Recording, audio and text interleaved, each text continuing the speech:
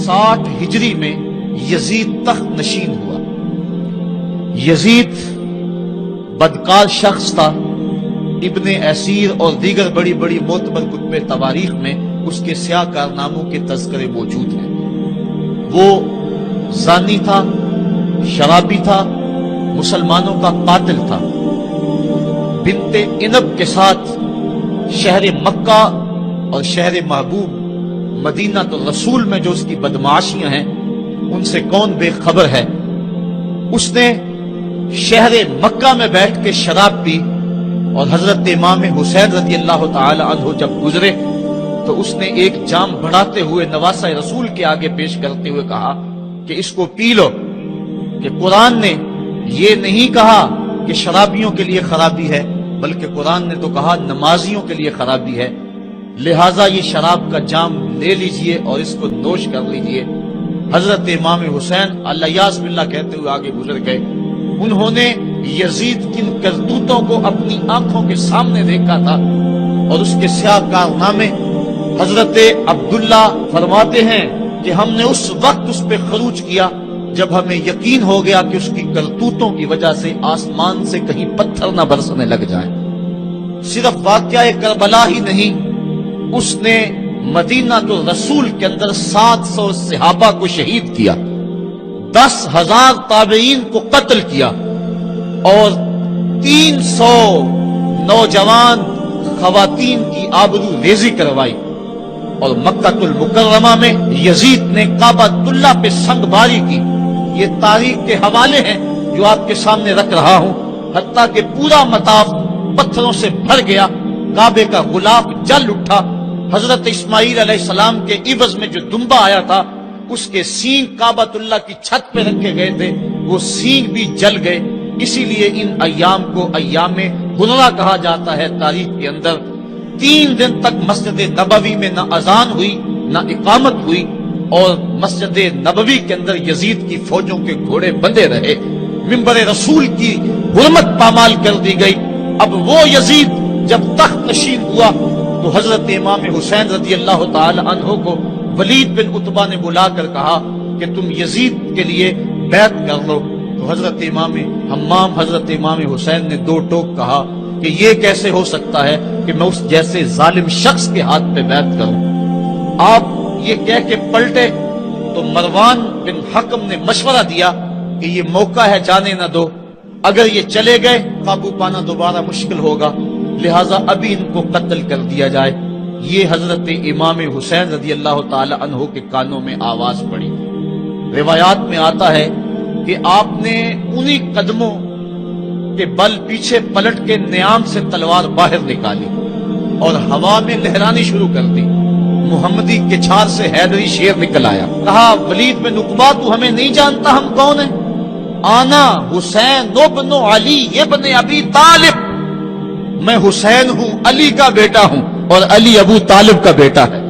ہمارے گھر میں قرآن اترتا رہا ہے، فرشتے ہمارے گھر میں آتے رہے ہیں۔ وَيَزِيدُ ابن المعاویہ فاسق فاجر قاتل النفس مولن بالفسق شارب الخمر، اور یزید فاسق ہے، فاجر ہے، مسلمانوں کا قاتل ہے اور شراب پیتا ہے، اس لیے حسین ڈنکے کی چوٹ پہ یزید کی بیعت سے انکار کرتا ہے۔ حضرت امام حمام امام حسین رضی اللہ تعالی عنہ نے انکار بیعت کی وجہ بیان کر دی۔ آج یہ پراپیگنڈا کیا جاتا ہے کہ یہ 2 شہزادوں کی جنگ تھی اور یہ اقتدار کے لیے سب کچھ ہوا۔ اگر یہ بات ہوتی تو ترمح بن عدی کہہ رہا ہے، حاتم طائی کا پوتا، جب آپ میدان کربلا کی طرف بڑھ رہے ہیں، حضور آپ میرے پہاڑوں میں آ جائیں اور 5000 کا لشکر آپ کی پشت پہ رکھ دوں گا، اور آپ جدھر بڑھیں گے وہ جان نثاری کرتے ہوئے آپ کے پیچھے ہوں گے اور یزید کی حکومت کے ٹکڑے کر کے رکھ دیں۔ حضرت امام حمام امام حسین نے ترمح بن عدی بن حاتم کی اس پیشکش کو ٹھکرا دیا، کہا میں تو کسی اور کام کے لیے جا رہا ہوں۔ یزید کے چہرے سے اس نقاب کو نوچنا تھا، اس کے مکروہ چہرے کو لوگوں کے سامنے ننگا کر کے بتلانا تھا کہ یہ وہ شخص ہے کہ کہ جس کے بارے میں میرے محبوب اور میرے نانا نے خبر دی ہے کہ بنو امیہ کا ایک ظالم شخص میری سنت کو بدلے گا، اور وہ سنت کو بدلنے والا یہی یزید کا صرف یہی بد کرداری کا مرحلہ نہیں تھا، اس کربلا کے صحرا کے اندر یزید نے جس طرح امام حسین رضی اللہ تعالیٰ عنہ کو شہید کیا اور حضرت امام حسین کے خاندان کو شہید کیا، جب مدینہ المنورہ پر یزید نے مسلم بن عقبہ کو مقرر کیا، جس کو بزرگوں نے مصرف بن عقبہ کہا ہے، تو اس کو کہا 3 دن تک مدینے کا حرم تمہارے لیے حلال ہوگا، جو چاہو تم کرنا، اور شامی فوجوں کو اجازت ہوگی۔ تو وہاں بھی انہوں نے 10,000 تابعین اور 700 صحابہ کو شہید کیا۔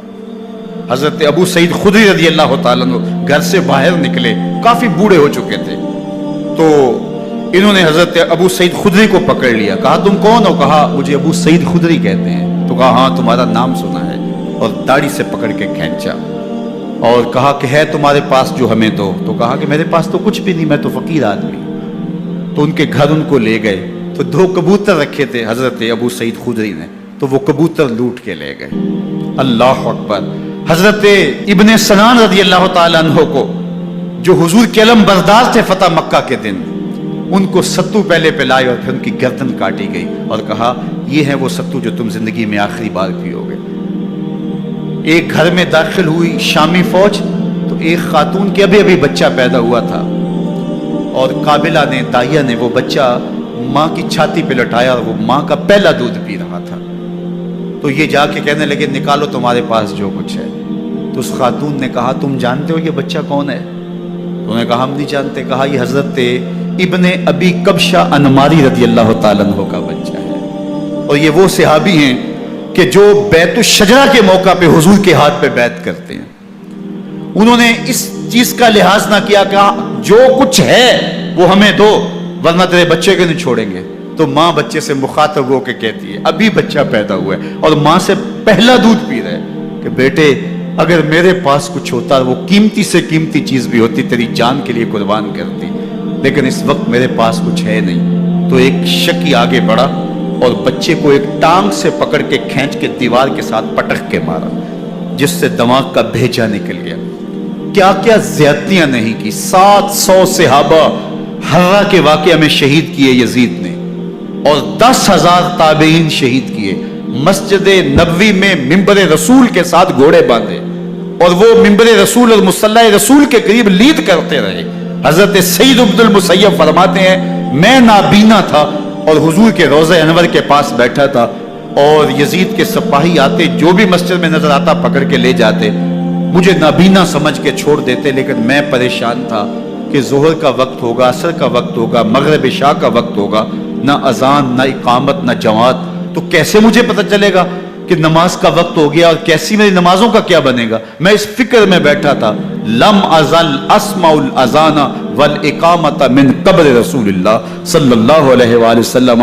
فرماتے جب بھی پھر نماز کا وقت آیا، گنبد خضرا سے اذان کی بھی آواز آئی، اقامت کی بھی آواز آئی۔ 3 دن تک مسجد نبوی کے اندر گھوڑے بندے رہے، اور مدینہ کی حرمت پامال کی۔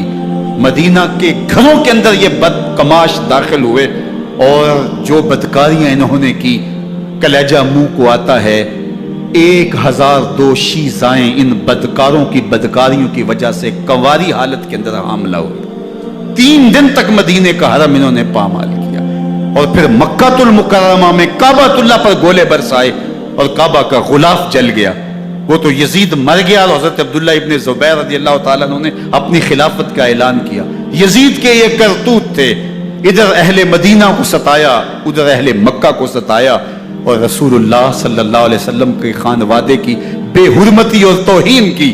نہ صرف انہیں قتل کیا گیا، ان کی لاشوں پہ گھوڑے دوڑائے۔ ابن سعد اور شمر جو ہے وہ خیموں میں داخل ہوا، اور مخدرات اسلام کی چادریں چھیننے کی کوشش کی۔ حضرت زینب سلام اللہ علیہ نے مخاطب ہو کے کہا ہمارے چہرے کے رکھوالے چلے گئے ہیں، ظالم تو خیال نہیں کرتا ہم رسول اللہ کی بیٹیاں ہیں۔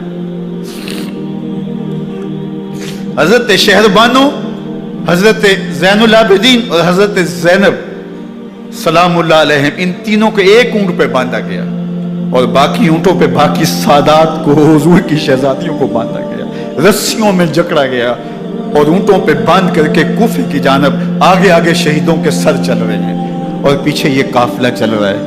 اور جب یہ قافلہ وہاں سے گزرا جہاں لاشیں پڑی تھی, امام زین العابدین 14 سال کے تھے اور بیمار تھے اور ان کا حوصلہ نہ ہوا, وہاں غشی ان کے اوپر آنے لگی. اور وہ منظر ابن کثیر نے, باقی لوگوں سب نے لکھا ہے کہ پھر جب ان کی یہ حالت ہوئی تو پھر سیدہ زینب سلام اللہ علیہا, جنہوں نے ابھی تک بڑے حوصلے کے ساتھ ساری مشکلات کا مقابلہ کیا تھا, اب ان کے بندھن ٹوٹ گئے اور آنکھوں سے آنسو بہنے لگے.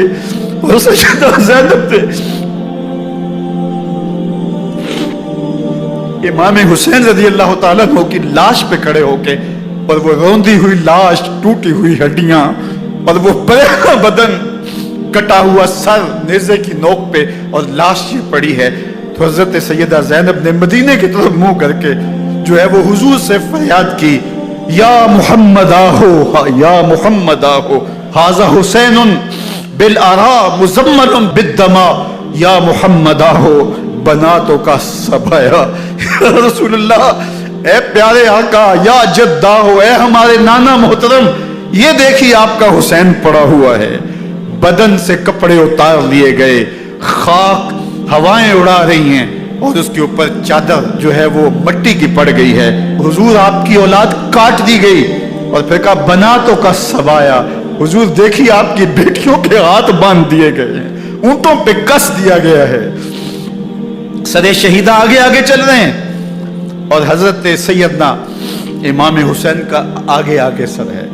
راستے کے اندر ایک جگہ آئی, رات گزری اور ان کو اتارا گیا. رات کا موقع تھا, ایک خاتون آئی اور اس نے کوئی کھانا پیش کیا ان کو اور کہا کہ میں کسی زمانے میں حضرت سیدہ فاطمہ تو زہرا کی نوکری کیا کرتی تھی, ان کی لونڈی تھی, ان کی کنیز تھی, اور آج مجھے پتا چلا کہ آپ لوگ گزر رہے ہیں, تو میں نے کہا کہ میں اپنی مخدومہ کے خاندان کی خدمت کروں.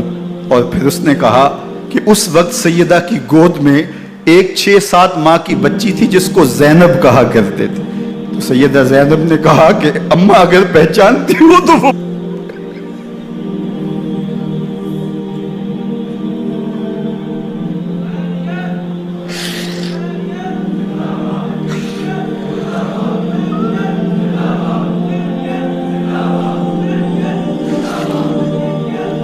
یہ تاراج اور لٹا ہوا کارواں پھر وہاں سے کوفے میں کیسے پہنچا, اور کوفے کے اندر سیدہ زینب سلام اللہ علیہا نے وہ یزید کے دربار میں, ابن زیاد کے دربار میں وہ جرأت آمیز جو باتیں کہیں, اللہ اکبر, زینب کی زبان میں علی کی خطابت بول رہی تھی, اور پھر دشمن اور دوست سارے رونے لگے, اور وہ کیا دل گداز منظر تھے. اور پھر یہ سروں کا قافلہ اور سادات کرام کا مشکیں کسی ہوئی ہیں اور اونٹوں پہ باندھے ہوئے, ان کو وہاں سے پھر قادسیہ اور قادسیہ سے پھر دمشق یزید کے دربار میں پہنچایا گیا. اور وہاں سے یہ لٹے ہوئے خانمہ برباد تاراج لوگ مدینہ المنورہ میں کیسے پہنچے, اور اہل مدینہ نے کیسے استقبال کیا, اور وہ منظر کتنا دل گداز تھا جب اہل مدینہ زینب سے پوچھتے تھے زینب حسین کہاں ہے.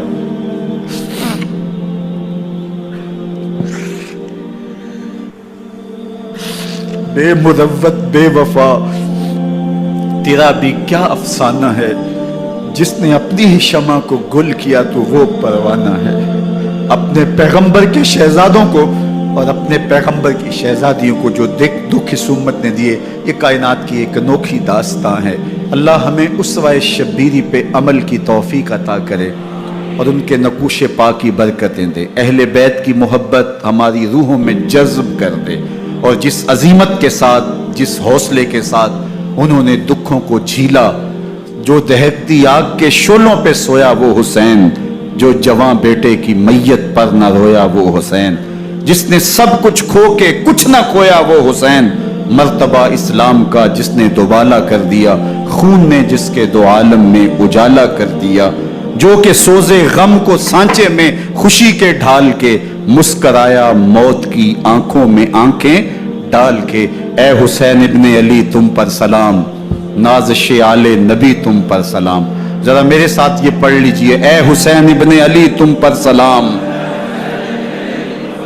نازش آل نبی تم پر سلام، تم پہ لاکھوں رحمتیں لاکھوں سلام، اے شہیدان محبت کے امام، لالا گوں لالا بدن لالا کفن، اے چمن اندر چمن، زندگی ہی زندگی تیری حیات، اے حیات اندر حیات، افتخار ملت بیضا ہے تو، رب کعبہ کی قسم یکتا ہے تو، فخر کا دل میں دریچہ باز کرنا چاہیے، جن کا تو آقا ہے ان کو ناز کرنا چاہیے۔ وآخر دعوانا ان الحمدللہ۔